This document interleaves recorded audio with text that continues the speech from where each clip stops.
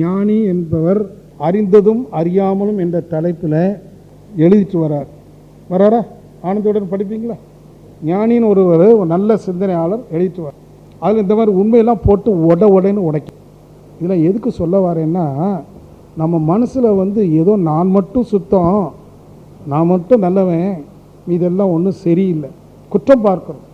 குற்றம் பார்க்க வேண்டாம். குறையுண்டோ குற்றமுண்டோ எதுவுமே இல்லை. அப்படியே பக்கத்து வீட்டில் ஏதாவது ஒன்று நடந்தது, தப்பாக நடந்ததாக எடுத்துக்கிட்டாலும் அது தப்பு இல்லை, அது அப்படி தான் இருக்கும். கண்டுக்காது. நாம் கண்டுக்கிறது மட்டும் இல்லை, சொல்லிகிட்டே இருக்கிறோம் எல்லாத்திட்டும். அவங்கள அசிங்கமாக்குறதுல நமக்கு ஒரு மகிழ்ச்சி. ஈனப்பிறவி, ஈனத்தனம். பக்கத்து வீட்டு பொண்ணு ஏதோ ஒரு பையனுக்கு கடிதம் கொடுத்துட்டா அன்னைக்கு நமக்கு வேலை என்ன? அந்த தெரு பூரா சொல்லணும். ஈனத்தனமா இல்லையா? இங்கே தான் நம்ம திருத்திக்கொள்ளணும். நம்மளோட செயல் திருத்தம் எதுவும் தவறல்ல, அது அப்படித்தான், அதனால் ஒரு பெரிய தவறல்ல அப்படின்னு நம்ம திருத்திக்கிட்டு வாயை மூடணும். அது நடந்துட்டு போட்டோம், அதை பற்றி நமக்கு என்ன? தப்போ சரியோ அது விளைவு, அவங்க செயல் அவங்க விளைவு, நமக்கு என்ன இருக்கு? இப்படி நம்முடைய இல்வாழ்வு யோக வாழ்வாக மாற வேண்டுமானால் எல்லாவற்றையும் அதனதன் நிலையில் ஏற்றுக்கொள்ளுகிற பண்பு எனும் அன்பு செய்தல். அன்பு செய்தல்னா செய்யறதல்ல. அன்பை எப்படி போட்டு செய்யறது? It is not material, it is spiritual. அன்பு செய்தல் என்றால் ஏற்பு, சும்மா இருத்தல். நடக்கிறதெல்லாம் பார்த்துட்டு சும்மா இருத்தல். இன்னைக்கு சாம்பாரில் உப்பு அதிகமாக, பரவாயில்ல, ஏற்றுக்கொள்ளுதல். தெரியாமல் போட்டாங்க, ஏற்றுக்கொள்ளுதல். அது அன்பு செய்தல். மனைவியை கூப்பிட்டு சண்டை போடுறதோ அல்லது நல்ல செய்தாங்கிறதுக்கு பாராட்டுறதோ அது அன்பு செய்தல் அல்ல. அப்பவும் ஏன் ஒரு பாராட்டுறாரு? நாளைக்கு இதே மாதிரி நல்லா செய், எதிர்பார்ப்பு வந்து போச்சு. அதனதன் நிலையில் அந்தந்த நிகழ்ச்சியை, அந்தந்த மனிதர்களை அதனதன் நிலையில் ஏற்றுக்கொள்கிற பண்பைத்தான் அன்பு என்று சொல்லுகிறோம். அத்தகைய பண்பை நாம் சிறுக சிறுக வளர்த்துக்கொள்ளணும். இதுதான் அன்பு. மீதெல்லாம் என்னெல்லாமோ செய்துட்டு இருக்கிறோம், அதெல்லாம் செய்யாட்டாலும் பரவாயில்ல, அன்பு செய்யினார். ஆனால் அன்பு செய்யக்கூடியதில் மீதெல்லாம் செய்யக்கூடியது. அந்த முரண்பட்ட ஒரு வாக்கியம் இருக்கு பாருங்க. செய்யக்கூடியதெல்லாம் செய்யாதீங்கன்னாரு, செய்ய முடியாததை செய்யுங்கிறார். அன்பு செய்யக்கூடியதல்ல, ஆனால் விதைப்பது செய்யக்கூடியது. ஆகவே செய்யக்கூடியது செய்யணும், செய்யக்கூடாததுங்கிறது அன்பு என்பது செய்யக்கூடாதல்ல, செய்ய முடியாதது. அது ஒரு ஏற்பு, ஒரு அடாப்டபிலிட்டி, ஒரு அக்செப்டன்சி. அது எங்கே நடக்கும்? இங்கே தான் நடக்கும். இதில் ஒரு பியூட்டி என்ன தெரியுமா உங்களுக்கு?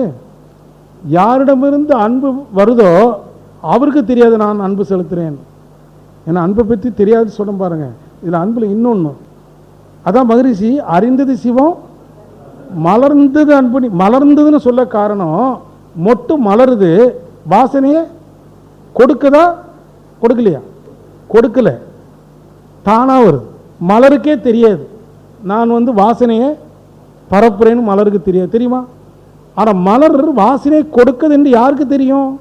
அதை பயனடைந்தவர்களுக்கு. அதே மாதிரி ஏற்றுக்கொண்டிருக்கிறார் இல்லையா, ஏற்கப்பட்டார்கள் இல்லையா, ஏற்கப்பட்டவர்களுக்கு தான் தெரியும் இவர் என் மீது அன்பு செலுத்துகிறார். இவருக்கு தெரியாது. இவர் என்ன செய்தார்? ஏற்றுக்கிட்டார். Just accept. அன்பு செலுத்தலை, அக்செப்ட் பண்ணிக்கிட்டார். யாரை அக்செப்ட் பண்ணாரோ அவங்களுக்கு தெரியுது இவர் என் மீது அன்பு செலுத்துகிறார், பயனடைந்தவர். அப்போ அன்பு யாரிடமிருந்து வெளிப்படுகிறதோ அவருக்கு அன்புனா தெரியவே தெரியும். அது பெரிய பியூட்டி. இதுக்கு பேர் தான் spontaneous. Without effort, without condition, spontaneous. எந்த நிபந்தனையும் இல்லாமல், எந்த முயற்சியும் இல்லாமல், மொட்டு எந்த முயற்சியும் செய்யாமல் மலர்ந்து, எந்த முயற்சியும் செய்யாமல் வாசனையை கொடுத்ததோ அதே போல ஏற்பு திறனை பெற்றவர்களுக்கு அன்பு செலுத்துதுன்னா என்னன்னே தெரியாது. ஆனால் அவரிடம் இந்த அன்பு வந்து கொண்டே இந்த இடத்துக்கு நாம், இது வற்புறுத்தி வரக்கூடியது அல்ல. சிந்தனை தவம், சிந்தனையும் தவமும், சிந்தனையோடு தவம், தவத்தோடு சிந்தனை. இன்னைக்கு காலையில் கூட நாம் பஞ்சபூத நவர் தவம் செய்தோம். சங்கல்பம் சொன்னோமா? கவனிச்சிங்களா? வாழ்த்து சொன்னோமா? ஏன்? அங்கு தவம் சிந்தனையோடு கூடிய தவமாக கடைசியில் மாறி போச்சு. தவம் சிந்தனையோடு கூடிய தவமாக இருந்ததா இல்லையா? இப்போ காலையில் செய்தோம், தவமும் செய்யலை, சிந்தனையும் செய்யலை. கவனிச்சிங்களா? சும்மா. இது ஒரு கோணம். தவமும் செய்யலை, சிந்தனையும் செய்யலை, சும்மா இருந்தோம். சும்மா இருப்பது என்பது முயலாது இருப்பது. எங்கு முயற்சி இல்லையோ அங்கு ஸ்பான்டினிட்டி. ஸ்பான்டினிட்டினா என்ன? சுயம்பு, சுயம், வித்தவுட் எஃபர்ட் வெளிப்பட்டுரும். எங்கு சும்மா இருக்கிறோமோ முற்றிலும் அங்கு இருப்பது வெளிப்படும். ஏதாவது செய்தா இருப்பது உள்ளே இருந்துடும். அணையை கட்டுனா தண்ணீர் நின்று விடும், அணையை கட்டலைன்னா தண்ணீர் ஓடிடும். That is flow. You have to allow the flow. நாம் சும்மா இருக்கிறோம், அலோவ் பண்ணுறோம். எதை? உள்ளிருக்கிறத அலோவ் பண்ணுறோம் வெளிப்படுவதற்கு. எதையாவது சிந்திக்கிறோம், செயல் செய்கிறோம், பூட்டி வச்சிடறோம். அடக்கம் அமரர் உய்க்கும். அடக்கம்னா சும்மா இருக்கிறோம், அது வெளிப்படுது. நீங்கள் சும்மா இருந்தால் அது வெளிப்படும், நீங்கள் ஏதாவது செய்தால் அது அடங்கியே இருக்கும். இப்போ சும்மா இருக்கலாமா?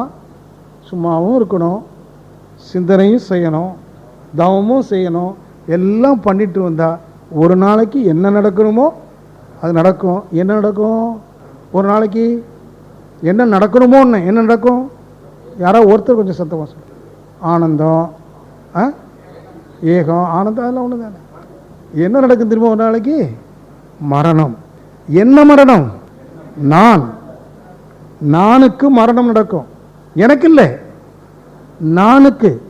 நானுக்கு மரணம், அதுவே எனக்கு பிறப்பு. நானுக்கு மரணம், அதுவே எனக்கு பிறப்பு. எனக்குன்னா யாரு? ஏகம். ஏகம் எங்கே பிறக்கிறது? எங்கு நான் மரணத்தை அடைகிறதோ. இப்போ நாமெல்லாம் என்ன ஆகணும்? இப்போ மரணம் அடையணும். அச்சம் வருதா? இல்லை, அஞ்ச வேண்டாம். இந்த நான் போலி, நிழல், நிஜமல்ல. நிழல் மறைந்தால் நிஜம். அவன் நிஜமாக நீங்கள் பிறந்து, நிஜமாக நீங்கள் வாழ்ந்து, நிஜமாக வாழ்ந்து கொண்டே இருந்து நித்திய வாழ்வு பெற்று நித்திய புருஷார்த்தை உணர்ந்து நித்தியன் என்ற பதம் அடைந்து, நித்தியன் யாரு? பீயிங், சுப்ரீம் பீயிங், நித்தியன், பிறப்பு இறப்பற்ற நித்திய புருஷார்த்தம் என்ற நித்திய நிலை அடைவதற்கு அனித்தியமாக இருக்கிற நானை கொன்றுவிட வேண்டும். நான் என்பது அனித்தியம். நேற்று இருந்த நான் இன்றைக்கு இல்லை. நேற்று இருந்த எண்ணம் இன்று இல்லை. இன்று இருக்கிற எண்ணம் நாளை இல்லாமல் போகும். நான் அனித்தியன். இப்போ இருக்கிற நான், உண்மையான நான் நித்தியன்.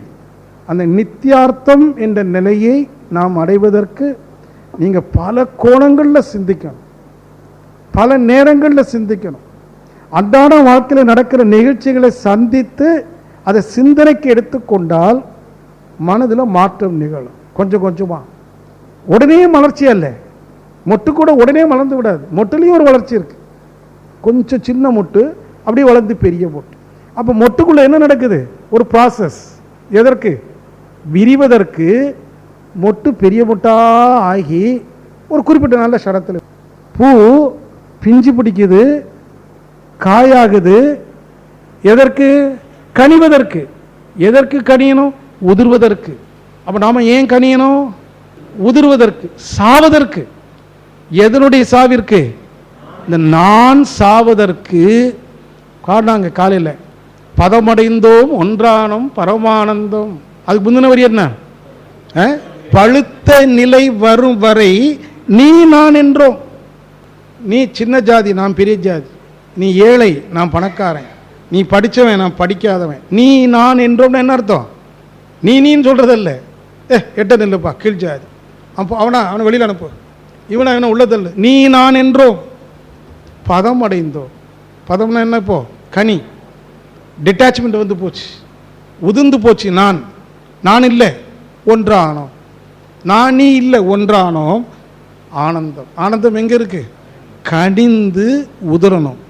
கனிவதற்கு காய் வேணும், காய்க்கு பிஞ்சு வேணும், பிஞ்சுக்கு பூ வேணும், பூக்கு தண்டு வேணும், தண்டுக்கு வேறு வேணும், வேருக்கு நிலம் வேணும். நிலம் என்பது கனியினுடைய பரந்து விரிந்த ஆழ்ந்த ஒன்று. அதுபோல் நம் ஒவ்வொருவருக்கும் ஒரு வேறு இருக்கு, ஒரு ரூட். அந்த வேறு பிரபஞ்சம் முழுவதும் பரவி இருக்கு, பிரபஞ்சத்திற்கு அப்பாலும் பரவி இருக்குது. இது கனிந்து உதிர வேண்டுமானால் எனக்கு அது வேண்டும். என்னுடைய தொடர்பு எங்கெங்கு இருக்கிறதோ, என் இணைப்பு எங்கெங்கு இருக்கிறதோ அங்கு வரைக்கும் என் மனம் செல்லுமானால் இது என்ன ஆயிடும்? கனிந்திரும். பதமடைந்தோ ஒன்றானம். அந்த நிலை வரும்போது எல்லாம் ஒன்று, ஏகம். ஏகம் வந்து போச்சுன்னா ஆனந்தம். இப்போ இதற்கு எவ்வளவு நாள் எடுக்கணும்? 4 நாள் எடுக்கக்கூடாது, இன்றைக்கே முடிச்சிடணும். ஏன் தெரியுமா? நாளைக்கு அடிக்கடி நான் சொல்லுவேன், நாளைக்கு சூரியன் நிச்சயமா உதயம் ஆகும். பார்ப்பதற்கு நாம் இருப்போமான்னு தெரியாது, சரிதானே? அதனால் இன்று கொடுக்கப்பட்ட, இப்போது கொடுக்கப்பட்ட, இப்போது நிச்சயமாக இருக்கிற இந்த காலத்தை பயன்படுத்தி கொள்ளணும். இன்றைக்கே சாப்பிட்றீங்க, ஒரு 2 மணி நேரம் ஓய்வெடுக்க போகிறீங்க, அந்த ஓய்வில் அப்படியே உங்களுக்குள்ளே போங்க. இதெல்லாம் திருப்பி திருப்பி மனசில் ஓட்டுங்க. மனம் பக்குவமாதுக்கு தயாராக இருக்குது. உண்மையிலே தெரியுமா உங்களுக்கு? மனம் உண்மையிலே ரொம்ப பக்கத்தில் இருக்குது, ரெடியாக இருக்குது. அதான் 1 ஸ்டெப் ஃபார்வேர்டுன்னு சொன்னேன். Just 1 step is enough. ஏன் தெரியுமா? இந்த இயற்கையினுடைய இறுதிக்கட்ட வெளிப்பாடு மனித மனம். அது சரி, ரெடியாக இருக்குது. எதுக்கு? கனிந்து உதிர்வதற்கு தயாராக இருக்குது. நாம் அதை அலோவ் பண்ணலை. நீங்கள் அதை மட்டும் கொஞ்சம் உங்கள் வீட்டில் என்ன நடந்தாலும், சமுதாயத்தில் என்ன நடந்தாலும் அதிலெல்லாம் அதிகம் கவனம் செலுத்தாமல் முழு கவனத்தையும் முதல்ல உங்கள் மீது செலுத்துங்க. அது தயாராக இருக்குது. நீங்கள் திரும்பி பார்த்துட்டா போதும், விழுந்துடும். மனம் திரும்புங்கள், விழுந்துடும். என்ன அர்த்தம்? நான் அற்றுப்போகும். நான் அற்றுப்போன இடத்தில் ஆன்மா பிறக்கும். ஆன்மா பிறந்த இடத்தில் அன்பு செய்தல் இயல்பாகும். இப்போ வேதாத்திரி மகரிஷியும் அவங்க சீடர்களும் இப்போ என்ன பண்ணிட்டு இருக்காங்க? அன்பு செய்துட்டு இருக்காங்க. அன்பு செய்தல்னா என்ன? ஏற்றுக்கொண்டு எந்த ஏற்பின் மூலமாக தான் பெற்றோமோ அதை பிறருக்கு கொடுத்து கொண்டிருக்கிறாங்க. ஹவு டு லவ் சொல்லிக் கொடுக்குறாங்க. எல்லாருக்கும் காதலிக்க சொல்லிக் கொடுக்க வேண்டியது. உங்களுக்கு காதலிக்க தெரியுமா? காதலிக்க தெரியுமா? என்னங்க தெரியாதுங்கிறீங்க? சினிமாவில் எவ்வளோ காதல் பார்த்துருக்கோம். காதல் செய்வீர். காதல் காதல் காதல் இல்லையே. இந்த காதல் டுயட் அல்ல, இந்த காதல் வேறு. காதல் செய்ய கற்றுக்கொள்ள. வீட்டில் போய் நீங்கள் உங்கள் மனைவியை காதலிங்க. அன்னைக்கு கணவரை போய் என்ன செய்யுங்க? காதலிங்க. இந்த காதலினுடைய பரிமாணம் வேறு, புதிய பரிமாணம். இந்த காதல் ஏற்பு. உங்கள் மனைவியை ஏற்றுக்கொள்ளும். நல்லால தான், சமைக்க தெரியாது தான், கொஞ்சம் வாய் தான், ஏற்றுக்கொள்ள. உங்கள் கணவரை ஏற்றுக்கொள்ளுது.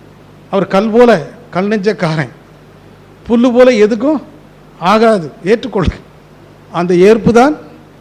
ஏன்னா நீங்கள் அவரை ஏற்கிறதுனால உங்களுக்கு எந்த நஷ்டமும் இல்லை, அவரை ஏற்றுக்கொள்ளாததுனால எந்த லாபமும் இல்லை.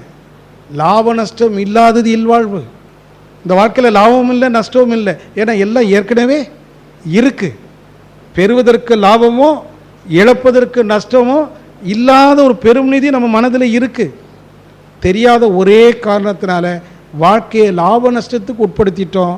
அழகாக இருக்கிறா லாபம், அழகாக இல்லைன்னா நஷ்டம். பல ஆண்டு காலமாக மனதில் உதிக்காத உரையாத விஷயங்கள் எல்லாம் என்றைக்கு கன்னியாகுமரியில் யோக வாழ்வு பயிற்சி ஆரம்பித்தோமோ அன்றிலிருந்து இங்கே ஒதுக்க ஆரம்பிச்சது. எப்போ இங்கே உட்கார ஆரம்பிச்சிட்டோமோ அங்கேருந்து கொஞ்சம் கொஞ்சமாக கொடுக்குது. பேசுகிறோம், வீட்டுக்கு போகிறோம், பேசுனதுக்கும் நான் நடந்ததுக்கும் சம்மந்தமே இல்லை. சரிதானே? ஐயோ இப்படி இருக்கேன். அப்போ என்ன செய்யணும்? நான் காதலிக்க ஆரம்பித்தேன். காதல் செய்வீர் என்று சொல்லிட்டு வீட்டுக்கு போனால் நான் காதல் செய்கிறேன்னு புரிஞ்சுக்கிட்டேன். அப்போ காதல் செய்ய ஆரம்பித்தேன். காதலிச்ச பிறகுதான் தெரிஞ்சுது வாழ்க்கையினுடைய பரிமாணங்கள். வாழ்க்கையின் பரிமாணங்கள் தெரிய தான் புரிஞ்சுது. இது how to distribute it, how to share it. அதுக்கப்புறம் பாருங்கள், ரொம்ப கூட ஆரம்பிச்சிட்டு. அதுக்கப்புறம் நிறைய துன்பச்சூழல். போன 7.5 நிறைய துன்பச்சூழல். ஆனால் எந்த துன்பச்சூழலும் துன்பம் என்கிற பாதிப்பை ஏற்படுத்தவே இல்லை. நானும் சும்மா தான் இருக்கிறேன். நீங்கள் நினைக்கிறீங்க நான் பேசிகிட்டே இருக்கேன். It is reflection of your own thoughts. நான் பேசலை, உங்களுடைய தேவைகள் இருக்கு இல்லையா மனசில், உங்களை அறியாமலே உங்களோட தேவைகள் இருக்குது.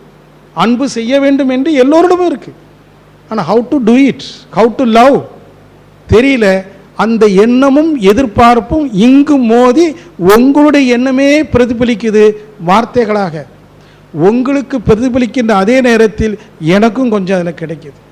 உங்களுடைய தேவை, உங்களுடைய எதிர்பார்ப்பு அது என்னுடைய தேவையாக, என்னுடைய எதிர்பார்ப்பாக மாறுகின்ற போது அதோடு ஒரு தொடர்பு.